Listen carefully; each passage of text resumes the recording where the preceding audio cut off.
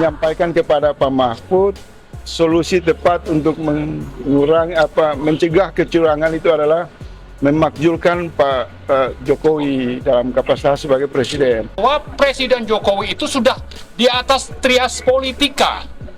Beliau itu semakin otoriter. Beliau itu berada di atas lembaga lain, bahwa beliau eksekutif oke, tapi juga mengendalikan legislatif dan yudikatif. Jadi memang kan sangat sulit dan kita paham itu, tapi sebaliknya tidak juga dengan bahwa itu tidak terjadi lalu kita berhenti bersuara. Saya kira tidak. Maka kami mengajak rakyat bahwa pemakzulan ini memang sudah seharusnya kalau kita ingin mendapatkan pemilu yang jujur, bersih dan adil. Kalau tidak dan Pak Jokowi masih sangat berperan di sana, maka tunggu saja nasibnya. Saya sampaikan tadi.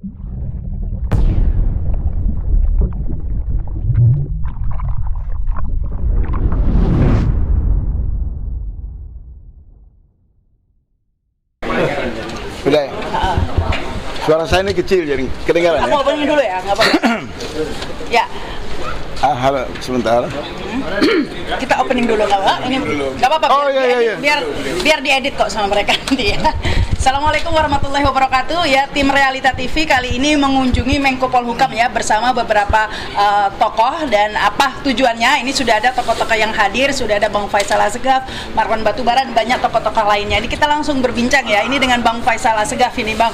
Tadi hasil pertemuan dengan Menko Polhukam sekaligus Cawapres ini Mahfud MD, bagaimana nih Bang? Ya, saya pertama mempertegas kehadiran saya sebagai inisiatur, tidak mewakili organisasi manapun. Dalam kapasitas sebagai kritikus murni, dan kemudian mengundang kawan-kawan dari petisi 100 yang konsisten untuk mengawal konstitusi, kemudian poros transisi Indonesia, dan juga perwakilan dari akademisi, bersilaturahmi dengan Pak Mahfud yang membuka ruang untuk berdiskusi tentang kecemasan pemilu jelang tanggal 14 Februari. Khususnya tentang kecurangan itu ya Bang? Ya, jadi fokus diskusinya adalah bagaimana negara dan seluruh elemen rakyat bersatu untuk sama-sama menyamakan persepsi bahwa kecurangan pemilu menjadi musuh bersama, menjadi sesuatu yang dapat membahayakan kepentingan nasional, dan mengalir di sana pikiran-pikiran di antara para tokoh dan Pak Mahfud. Ini satu inisiatif dari Pak Menko Polhukam yang menurut saya tidak dalam rangka untuk menunjukkan perlawanan terhadap Presiden Jokowi, karena posisi Pak Menko itu kan sebagai calon wakil presiden dari PDIP, dan kecenderungan Pak Jokowi itu kan mengusung anaknya dan Pak Prabowo. Tapi kehadiran forum tadi kami konfirmasi murni adalah inisiatif Menko Polhukam bertemu dengan kami, dan kami membicarakan hal-hal yang umum saja. Tapi sempat ada impeachment tadi dipertanyakan. Ya, ada teman-teman dari petisi 100 ya, menyampaikan kepada Pak Mahfud solusi tepat untuk mencegah kecurangan itu adalah memakzulkan Pak Jokowi dalam kapasitas sebagai presiden. Karena pendapat publik mengatakan kecurangan atau dugaan kecurangan telah dilakukan oleh keterlibatan pengaruh presiden di lingkaran kekuasaan dengan keluarga inti. Fakta yang tersedia misalnya rontoknya Mahkamah Konstitusi telah berimbas mengakibatkan psikologi politik yang dapat melegalkan faktor-faktor keterlibatan oknum aparat di level bawah untuk melakukan kecurangan. Tetapi hal yang menjadi fokus, kami senang Pak Mahfud mendeklarasikan satu sikap moral politik di tengah-tengah lembaga negara yang hampir hari ini berada di bawah bayang-bayang pengaruh kekuasaan yang seolah-olah tidak bersikap kritis.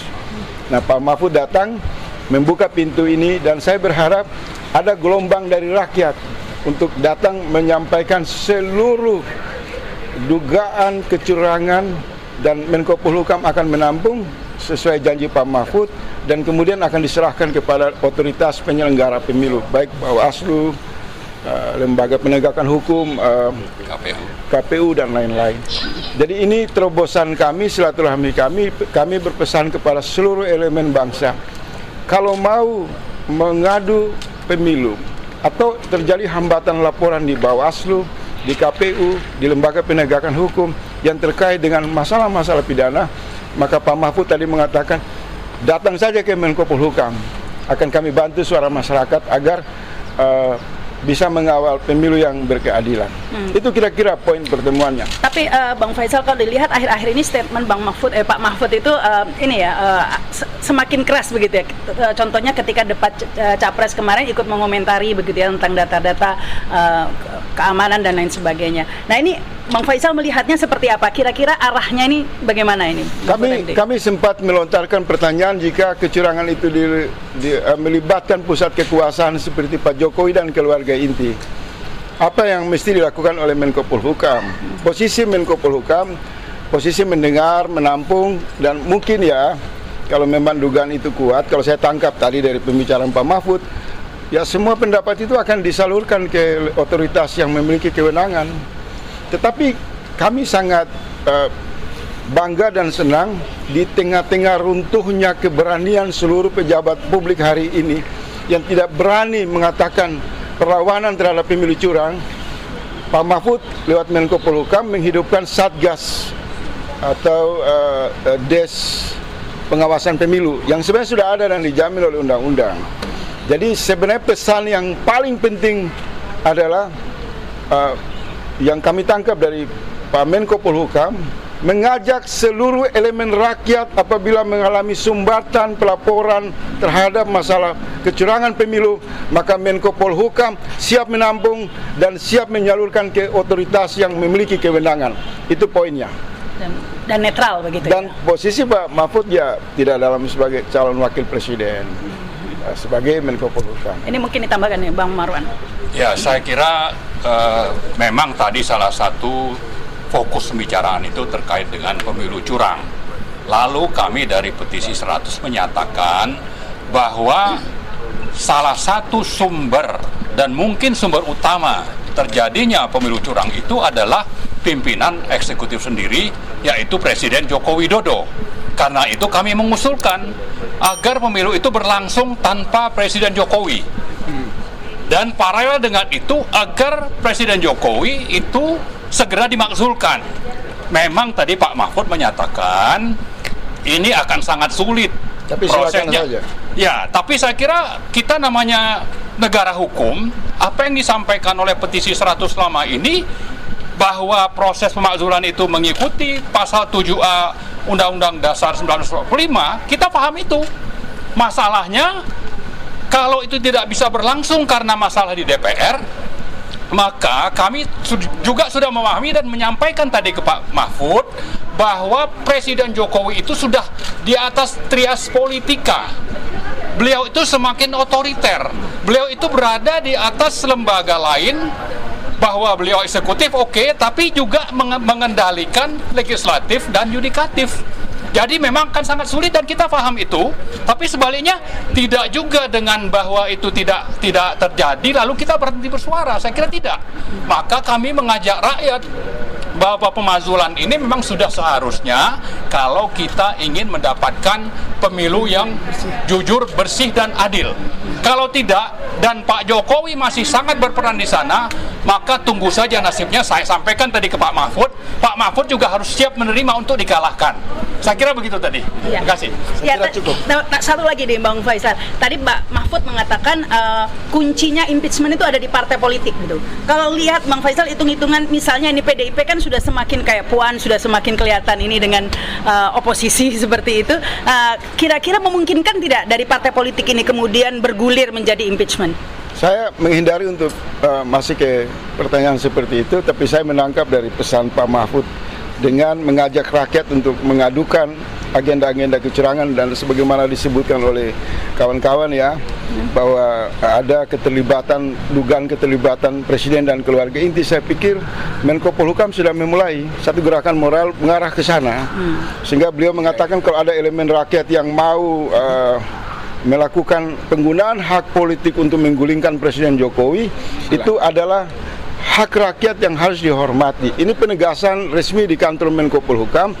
Oleh sebab itu ada korelasinya dengan gelombang dukungan aspirasi rakyat. Kita berharap datang ke sini bahwa sebanyak mungkin pelanggaran yang melibatkan Kaisang, Gibran, Presiden Jokowi, istrinya, sehingga negara ini tidak boleh dibajak oleh satu keluarga kecil, kemudian mengalahkan keinginan dan kehendak kedaulatan seluruh rakyat. Oleh sebab itu, peristiwa politik kehadiran kita di sini sebagai simbol kelompok kritis terhadap kekuasaan dan beraninya Pak Menko Polhukam membuka pintu kepada kawan-kawan dengan isu yang strategi dan sensitif, itu adalah pesan kuat kepada Presiden Jokowi, berhenti untuk melakukan kecurangan, baik kecurangan demokrasi, kecurangan bernegara, maupun kecurangan pemilu. Saya kira cukup. Terima kasih. Ya, baik. Ya.